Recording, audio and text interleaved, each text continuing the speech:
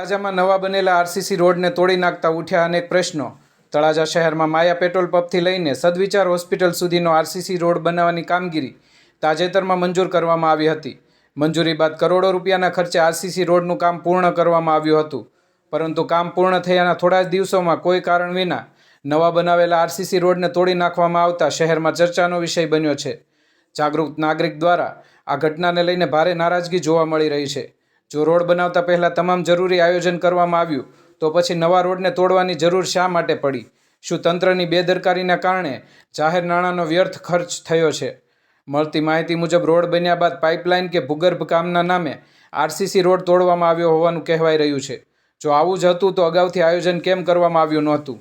Contractor અને જવાબદાર વિભાગની આ બેદરકારીના લીધે આખરે પ્રજાનો પૈસો વેડફાઈ રહ્યો છે। આ સમગ્ર મામલે જવાબદાર અધિકારીઓ અને કોન્ટ્રાક્ટર સામે તપાસ કરવામાં આવે અને વિકાસના નામે નવા બનેલા રોડને તોડી નાખવું એ બુદ્ધિનું પ્રદર્શન કર્યું હોય તેવું લાગી રહ્યું છે। બ્યુરો રિપોર્ટ, ગુજરાત આઈ ન્યૂઝ, તળાજા। આપનું નામ?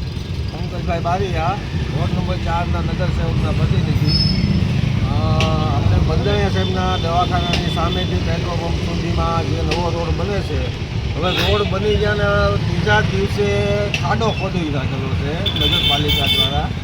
કે અગાઉ રોડ બનતો હતો એ પહેલાં 2 દિવસ 3 દિવસ ગટરનું કામ આવ્યું તો એ રિપેર કરી ન શક્યા અને ઉપર રોડ બનાવી નાખ્યો છે।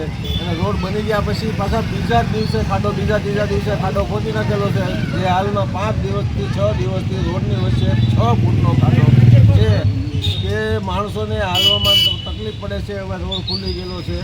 બીજા નંબરમાં પાલિકા કેવું કામ કરે છે એ નજરે જોવે છે તળાજા આખું, કે અગાઉ રિપેરિંગ કર્યું છે તો પછી પાછું વાહોવાય રિપેરિંગ તો કેવું કર્યું છે।